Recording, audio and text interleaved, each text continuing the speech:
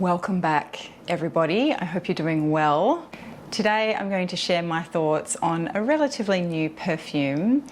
I found myself at a networking event this week, a real life networking event with actual people face to face in the same room. So it was pretty exciting. It was also really exhausting. But on the way home from said networking event, I decided to duck into a department store in the city and take a look to see what was there.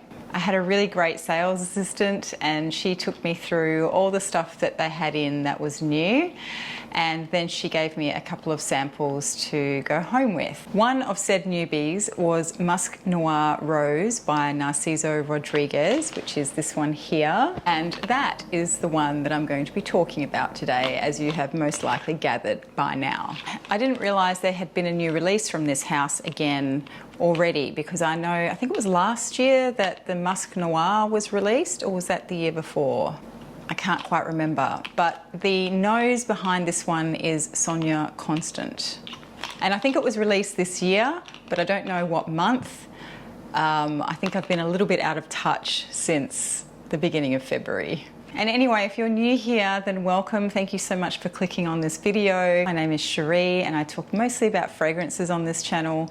But this year there is a slight twist to how I talk about fragrances on this channel, and that is that I'm on a strict no-buy for the rest of 2022.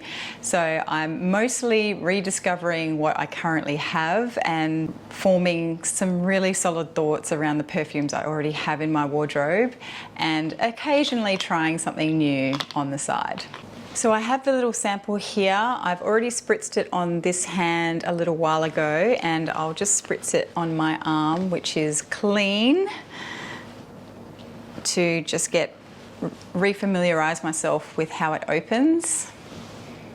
So to me, this opens with a lot of fruit, a lot of dark fruit. So I figure something plummy.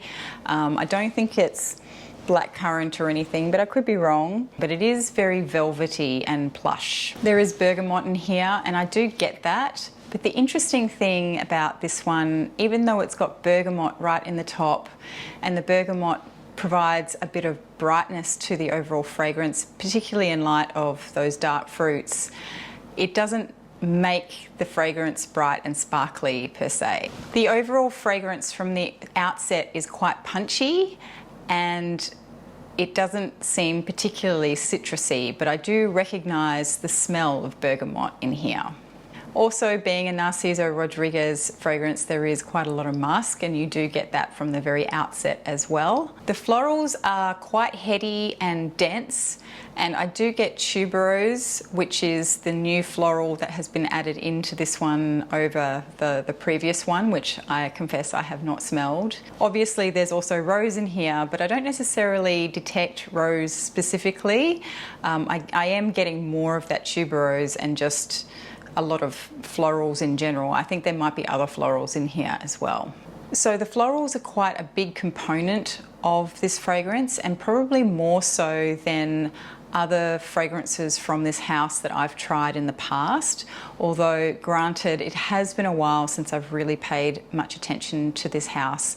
I do own one of the earlier black cube bottles from 2012, which was just the EDT, I think, and I still have that. I really enjoy it, but so far that has been my favorite one from the house, and I haven't felt compelled to add any more to my collection. I do find this one to be quite intoxicating, and I feel it probably would suit nighttime very well, although at the same time I feel like it's very wearable for daytime as well. I personally feel this could be worn to the office, but you would probably want to go a little bit easy on the sprays if you're wearing this in daytime, particularly in closed environments such as an office. So just keep that in mind. It is, as I said, it is quite dense and intoxicating. The dry down for me on this one is a fairly nondescript, musky vanilla floral with some hints of remaining fruit. At times I feel I detect a little bit of patchouli in the base, but I haven't been able to find a note listing that lists patchouli specifically.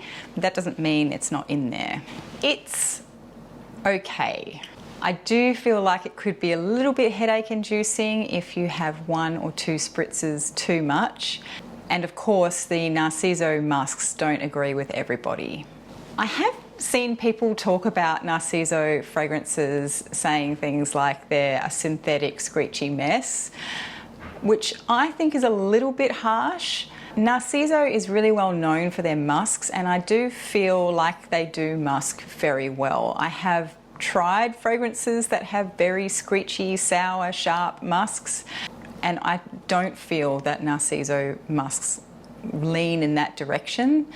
They are synthetic, yes, but then so are most other musk notes on the market, and for good reason.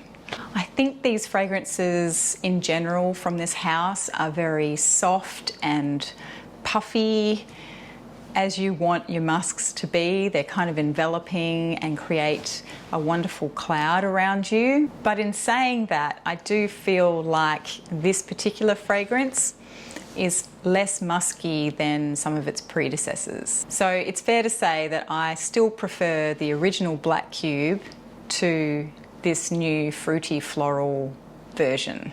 It has quite a decent sillage and projection for a while, as far as I can tell. I definitely could detect it around me quite easily for the first couple of hours, even just from 1 spritz on the back of my hand. But after a couple of hours, it did start to settle down and it wasn't projecting as much. And then probably by about lunchtime, it was down to a skin scent. I could still smell it, but it wasn't forming a cloud around me. So I had to lift my hand to my nose to be able to smell it. Overall, I would say that if you didn't like previous Narciso Rodriguez fragrances, there's probably a good chance you wouldn't like this one. But in saying that, this one again is less musky, I think, than some of its predecessors, and it's more fruity floral. So perhaps if you like your fruity florals that are a little bit softened by musk, then this might be one to try. It's definitely quite heady with that tuberose, and I think the tuberose is a nice addition compared to some of the others that I've tried. I wouldn't say the tuberose is challenging in any way, so like the musks, they're very clean. So overall, I think it's pretty, but it's not particularly unique in my opinion. I feel like I have smelled other things like this before, perhaps without the Narciso signature musk added to it. I do think they were likely aiming for a more mass appealing scent here, and that's totally okay. There's absolutely nothing wrong with that. I like a good crowd pleaser as much as the next person. Sometimes you just want to smell nice. You don't always want to necessarily wear things that are overcomplicated and really challenging. Also, I'm sure they want their perfume to sell, you know, so they are aiming to please the majority here. And I'm just saying this because people do get hung up on everything having to be super, super unique. Do I feel like I've smelled similar things before? Yes. But do I think this has been done really well? Also, yes. And it's not that different from us YouTubers putting out list videos and top 10 favorites, because we know that's what people want to watch, right? So at the end of the day, I don't think we should be too critical of companies releasing fragrances that are crowd pleasing. And also, when it comes to Narciso Rodriguez, I think they really broke the mold when it came to releasing musk-based fragrances to the commercial perfume market. So I think they've had their fair share of doing something different. This is just perfume, people. Don't take your sniffing so seriously. So I have developed a little rating system. I don't know if it's going to stick because knowing me, I will forget to do it in the next perfume review that I do, but let's have a bit of fun with this. So I have 3 ratings. One is for the scent profile itself. The other one is for the performance, longevity, sillage, blah, blah, blah. Then the last one is for its uniqueness. So for scent profile, I gave it 3.5 stars out of 5. It's really pretty. and I would totally wear it, but it's not something that jumps out at me as being particularly memorable for me. For performance, I gave it a 3. As I said, it's quite bold in the opening. For that first couple of hours, you really can smell it quite easily. It forms this beautiful cloud around you, and I'd probably be able to smell it for maybe more than a couple of hours, but it does die down to be more of a skin scent after the 3 to 4 hour mark for me. For Uniqueness, I gave it a 2.5 stars out of 5, just because I feel like it's quite similar to a lot of other vanilla-y, fruity florals out there on the market. It does have that little signature musk that Narciso is known for, and it is very easy to wear, and it's done well, and it doesn't screech. But again, for Uniqueness, I do feel like it's not something that's jumping out at me as being totally different.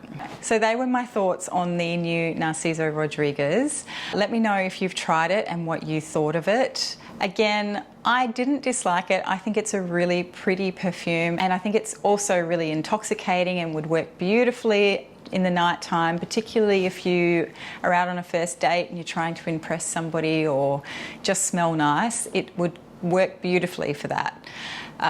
But for me, the fact that I'm on a no-buy at the moment, this isn't compelling me to want to go out and buy anything. So, which is good. That's a good thing. It's good to recognise that. Okay, I'm going to leave it there. So if you enjoyed this, then please do give it a thumbs up. I would really appreciate it. And I will see you in the next one. Bye.